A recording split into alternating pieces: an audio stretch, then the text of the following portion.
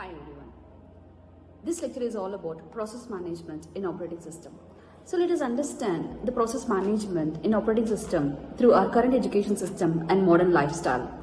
So our current education system has been shifted from the traditional system towards the self-directed learning. So in the self-directed learning, we are using the digital devices. All these devices are used for attending the online classes, downloading the video lessons, and searching the contents in the Google and more. The same way, our life has been digitized using the modern technology. So with the modern technology, the advantages we are taking is like fast communication, smart living using smart home automation and whatnot. So all these devices are managed by the operating system. So where these activities is happening only inside the devices, and these devices are taken control by the operating system and executed. So the operating system creates the user and system process through the process management. So now let us move on to understand what do you mean by the process management in operating system. The general objective of the lecture is that the student will be able to identify the process scheduling, its foundation and scheduling objectives and the types of schedulers. The special objective of the class is to interpret the basic concepts of process scheduling, interpret the events in process scheduling based on scheduling queues, and differentiate the three types of schedulers used in scheduling the processes.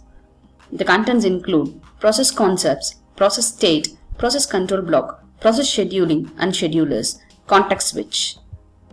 Process. What is process in an operating system? Let us assume that you want to check an email. For checking the email, you have to go to your email account and you have to open the inbox and you have to find whether any new mail has been received. Sometimes you can draft a mail and send a mail to another person. You want to work on a text file. So in that case, you have to use an word processor application where you can perform read, write and modify operations on the text file. You want to play a music. Then you have to go for a music application where all the music files will be available, and from that you can play a particular music. You can also do forward, backward and repeat mode using this music application. What are all these? So these are nothing but called as running programs in the operating system. Then what is a process? A process is a program in execution, or an instance of a computer program in execution is called as your process. Now let us recall how an operating system runs. As we know that there are various application software used by the user on a day-to-day life. The user uses word processor, search engines, presentation software, graphics software, spreadsheet software and lot more.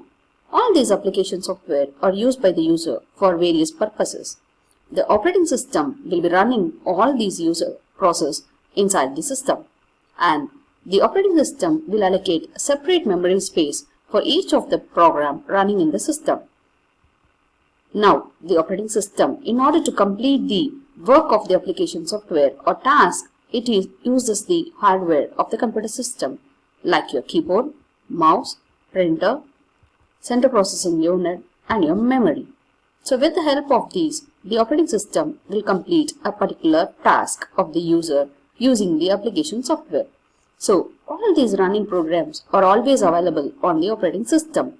Now we have understood that the operating system is running lot or n number of applications on the system. So these running programs are nothing but called as process.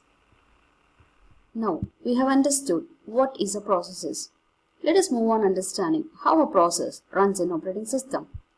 Whenever a new process is entering into the operating system, the central processing unit will take all the information about the process from the secondary memory. Once the information is received from the secondary memory, it will be given to the main memory for execution. Once the process gets executed in the main memory, the information will be stored back into the secondary memory. The operating system will be taking the responsibility of the process termination also. Once the process gets completed, the operating system will terminate the information related to the process in the system. For curiosity, let us go on discussing that whether the operating system runs only one process at a time. Here we can see the task manager of the computer system. The task manager always gives the various process which is running in the system. So in this particular system, we have 5 application program and more than 132 background process which is running in the system. So means that As per the question, whether an operating system can execute only one process at a time? No. The answer is the operating system can execute any number of processes at a single time. Also, the various processes are utilizing the resources of the system like your CPU memory, disk network and the graphics processing unit depending upon its need. So based on the need, these variations will be always happening in the system. So here we can see the performance of the CPU is also getting varied depends upon the process utilization. So how the process is getting utilized with the various resources, based on that the CPU utilization is getting varied. So the answer for the question is yes, an operating system can execute more than one process at a time. Process state. As process executes, it changes its state. Also, the state of the process defines its current activity. The process will be in any of the following states: new, running, waiting, ready and terminated. So every time a process will be available in any of these states only. The process is being created, then we say that it is in new state. When the process is executing all its instruction, then we say that the process is in running state. And when the process is waiting for an event to complete, we say that it is in waiting state. And when the process, after waiting for a particular event, will be again assigned to the processor for execution, that time we say that the process is in ready state. And when the process has completed its execution, then we say that the process has entered into the terminated state. Now let us see the process state transition diagram. So first the process will be in the new state. What is this new state?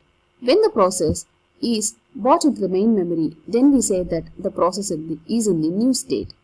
For example, we have various file extensions like your JPEG, PDF, PNG and Word files. These files normally will be stored in the secondary memory. When these files are brought into the main memory for execution from the secondary memory, then we say that that running program is inside your system, and that is nothing but the new process for execution. Yes, when we use some web browser for any of the browsing facilities, we say that time a new process is created. So this is also a new process. When the process is created, it is getting admitted and entered into the ready state. So the process will be in the ready state when the process control block is created for the new process. This process control block will store all the information about a particular process. And let us understand that whenever a process has been created, then it will be allocated with the process control block where the information will be available, and that process will be ready for execution. At a single time, more than one process may be available in the ready state. Also, from the ready state, there will be a scheduler for dispatching the ready state process to the running state for execution. So in running state, the process is selected from the process queue. So as we have discussed, the more number of processes will be available in the CPU for execution. So in that time, the process queue will be giving the highest priority process to be executed first. So that work will be taken care by the scheduler. So the scheduler will dispatch the process into the running state. And after the dispatch, the process will be in running state. Also, sometimes a high priority process may enter into the process, which make the process to enter into one ready state again. This is called as an interrupt. When the interrupt is getting completed, the process will be in the ready state, and again the scheduler will select based on the priority and come back to the running state again. Sometimes the process will also need an input-output or an event to get completed. So that time it will be entering into the waiting state. So once in the waiting state, after the input-output event is getting completed by the process, the completion will be done, and the waiting process will always be available in the main memory only. So it's done means it will get the event completed and again go back to the ready state. So that the process will be taking new, ready, running and waiting states depend upon the interrupt occurrence or IO event. Once the process is getting completely executed, it will be terminated and enter into the exit state. So that means your termination state. In In the termination state, the entire process information will be deleted by the operating system and the OS will completely terminate the process from the system. So this is called as your terminated state. Process control block. What is this process control block? Let us assume that process 1 is entering into the system, then process 2 is entering. In a sequence, process 3 up to process n is entering into the system. What does the operating system do now? When multiple number of processes is running in the operating system, it is the responsibility of the operating system to keep all the information about each process. So, the operating system has to maintain the information about process, and this is done with the help of the process control block. What happens when new process is created? When a new process is created, the operating system will create a data structure which is containing all the information about the process, where it is stored in the process control block. And the process control block is otherwise called as task control block. The process control block contains various segments like your process state, process number, process counter, registers, memory limits, and list of open files. Let us see each of the segments one by one. Process state. As we have seen in the earlier section, the process state may be in new, ready, running, waiting, and terminated states.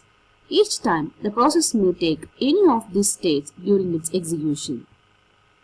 And the next segment is about your process number, which is a unique ID. Each process which is available on the system is maintained with a unique ID by the operating system. And the program counter.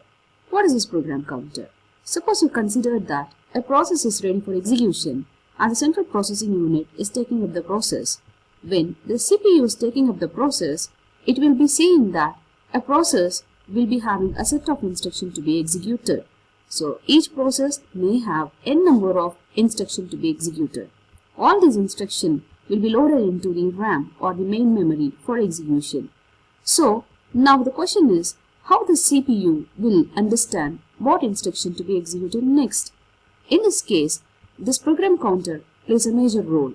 The program counter is a CPU register which indicates the next instruction to be executed, and this is given to the CPU, and the CPU will execute and finds the proper instruction for execution. So, CPU registers. Every process has own CPU registers used to hold the data. So that means the registers may vary in number and type depending upon the computer architecture. Also, the registers will be like accumulators, index registers, stack pointers, and general purpose registers. And the program counter, along with the program counter, the process state information must be saved when an interrupt is occurring, because after an interrupt occurrence, the process has to be continued correctly afterwards. For this, along with the program counter, the process state information has to be maintained whenever an interrupt is occurring. Let us understand how this interrupt is handled by the operating system. Whenever an interrupt is occurring, the CPU has to switch from one process to the other process. Assume that we have process 0 and process 1. The process 0 is in execution. When an interrupt is occurring, the operating system will save the state of process 0 in PCB 0, and then the reloading state of P1 is taken from PCB 1. Once the information is reloaded, so P1 will be started executing. So during the execution of this P1, an interrupt may occur in between also. That time, what happens is that the state of P1 is stored into PCB 1 and reloading of PCB 0 will be done and process 0 will again start executing. So here the important point is that whenever the process 0 is saving its state, that time till the reloading of the state from PCB 0 is happening, the process is being idle. And at the same time, the process P1 which is reloaded for execution, before that and after that, this process 1 is also be idle. Thus, the interrupt is handled in that way. The next segment is memory limits. So, the operating system will use some memory management technique. So, the memory limit segment will be holding all the information about this memory management handled by the operating system. Also, it includes the value of the base and limit registers, page tables, and segment tables.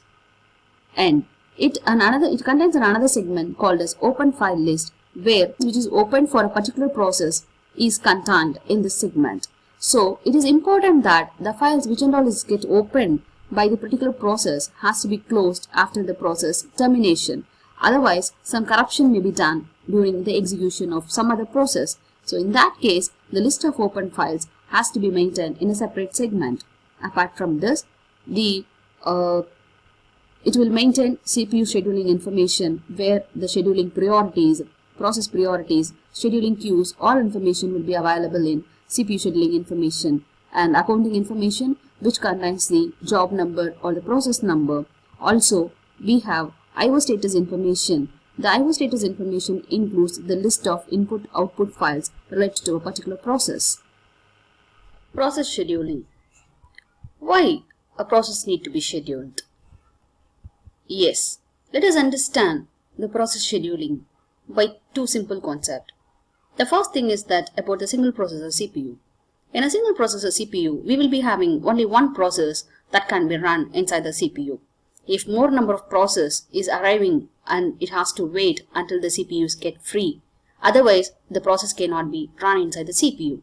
But in case of multiprocessor CPU, where you have more number of CPUs and the number of processes can be executed in different CPUs, which increases the system execution speed. Thus, in case of the single process CPU, where we have only one process and the other process has to wait for the CPU, then there comes the concept called as scheduling. So the concept of multi-programming objective is to increase the CPU utilization by running the process all the time. So that means maximum the CPU has to be utilized for bringing the efficiency. So the process scheduler selects the process for execution in the CPU. So in order to do all these things, the process scheduler will be having scheduling queues. The first one is about the job queue. So what is this job queue? So as process enters, it will be put in the job queue initially. And the second one is about your ready queue. The process that are residing in the main memory are ready for execution. And these processes are kept in the list, and whenever the CPU is free, the process will be ready for execution. So the ready queue contains all the processes that are ready for execution. And the third one is about your device queue. The process may request for IO operation in order to complete its task. So that time the disk may be busy and the process has to wait until the disk is getting free. So the list of process waiting for a particular IO device will be available in this device queue. Yes. Now let us understand all these queues using the ready queue and IO devices which is available in the given diagram.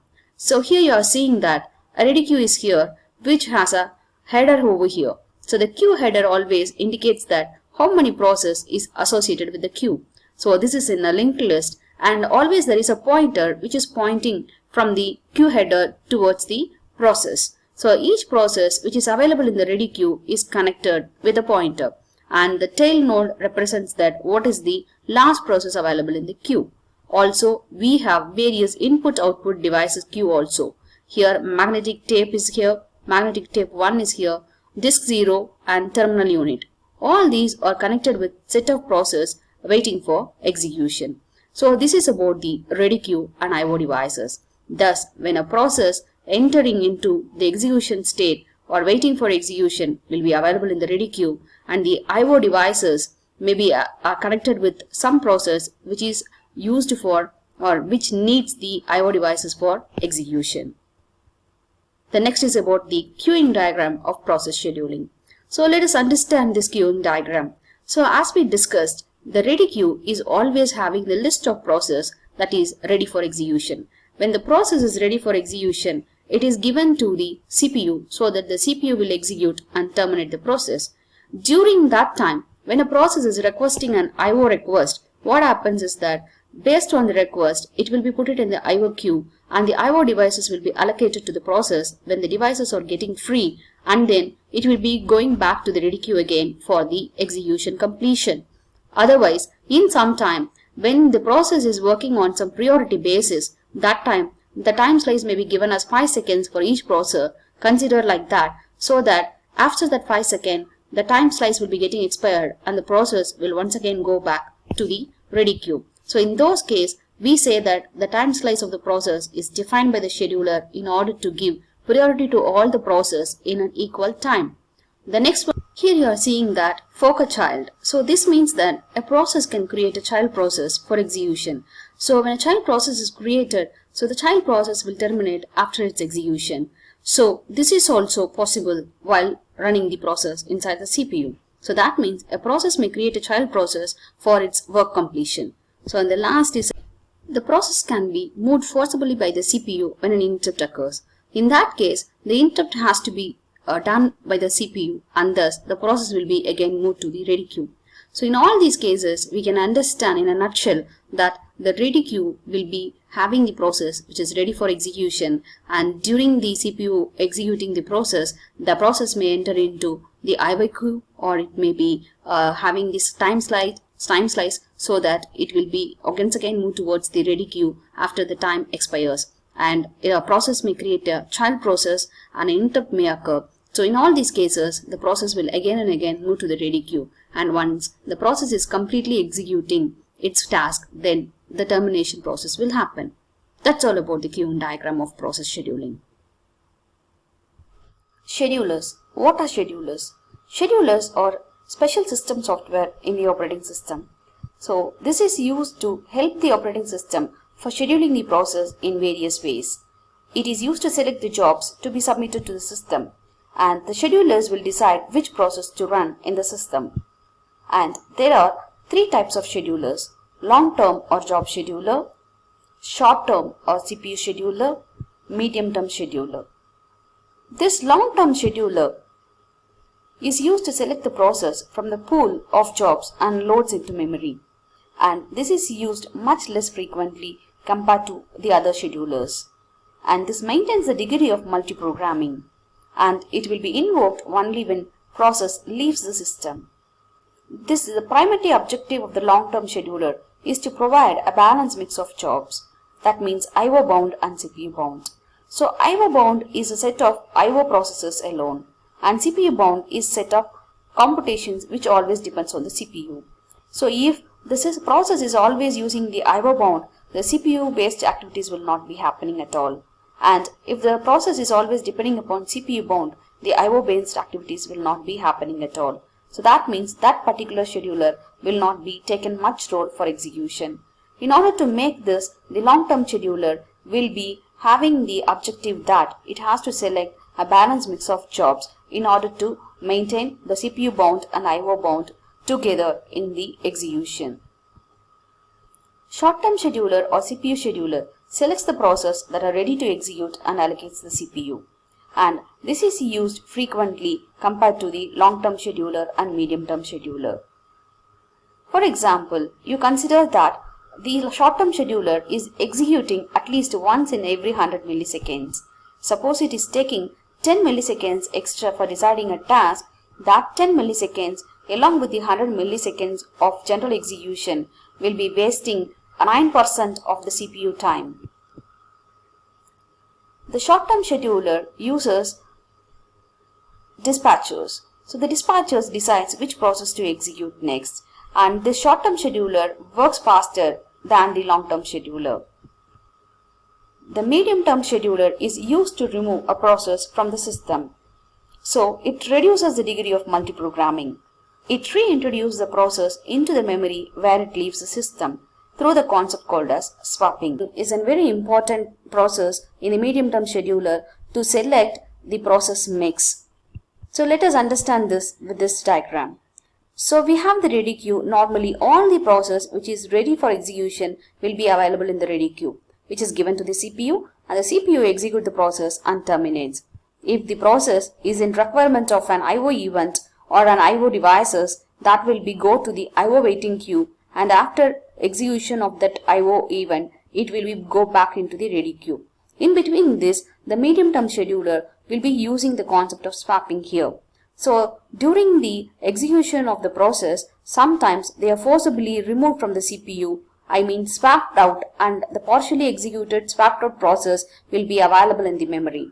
Again, the medium-term scheduler will select those processes from the memory and swap inside the ready queue. So in this way, the medium-term scheduler will help the system to choose the mix of process running on the CPU system in order to reduce the degree of multiprogramming. So this is about medium-term scheduler. Context switch. What is context switch? When an interrupt is occurring in the system, the context switch will save the current running process in the CPU. So this will suspend the process and resume the process when the interprocessing is done. Let us recall the process state. So while seeing the process state, we have understood that when an interrupt is occurring, the process will be moved from running state to the ready state. And when the interprocessing is getting over, from ready state, the process will be moved to the running state using the scheduler. So during that time, the system will be saving the current process which is running in the system and save that information inside the PCB. And this PCB again will be reloaded or restored back when the interrupt is getting over. So in context switch, the PCB will store the current state of the suspended process and reload it again as required. And the context switch also occurs when a transition occurs between the kernel mode and the user mode. And this kernel mode is nothing but when an interrupt is occurring, it uses the system components. That time the system will move to the kernel mode. And the user mode is nothing but the normal application which and all is running is in the user mode. Let us understand the steps in context switch. The first step, it saves the state of currently running process in the CPU and it updates the process control block. The second step, it will move the process control block of the above process to the relevant queues. So that may be a ready queue or IO queue. And then it will select the new process for execution. Once the process is selected for execution, it will update the process control block of the selected process. This includes updating the process state from ready to running. Once it is done, it will update the data structures as required. So finally, it restores the context of the process that was previously running when it is loaded again back to the processor. And this context switch is a pure overhead and the system does not do any useful work during the switching.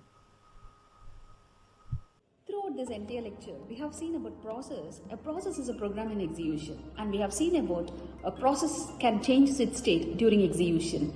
And we have seen about process control block, which saves the information about each process running in the system. And we have seen about scheduler, which schedules the process to the CPU using the short-term and long-term scheduler. And mainly we have seen about the context switch, which saves the current process in the system when an interrupt is occurring and resumes the same when the processing is getting done. So that's all about today's lecture.